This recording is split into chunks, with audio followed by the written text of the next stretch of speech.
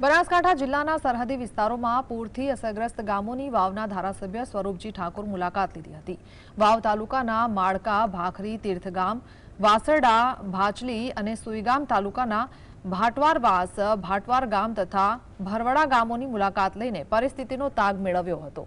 આ વિસ્તારોમાં માલ અને ખેતીના પાકોને મોટા પ્રમાણમાં નુકસાન થયું હોવાનું ધારાસભ્યએ જણાવ્યું હતું। મુખ્યમંત્રી પણ સુઈગામના અસરગ્રસ્ત વિસ્તારોની મુલાકાત લેવાના છે અને અધિકારીઓ સાથે સમીક્ષા કરીને આગળની કાર્યવાહીનું આયોજન કરશે।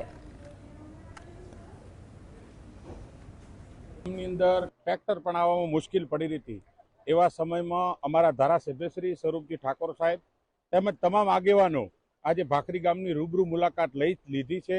તમામને આશ્વાસન આપ્યું છે કે આવનારા સમયમાં ખેડૂતોને મોટા પાયે નુકસાન થયું છે, કેટલાય ઘરો પણ હજી પાણીમાં છે। તંત્ર દ્વારા અમને મદદ પણ મળી રહી છે।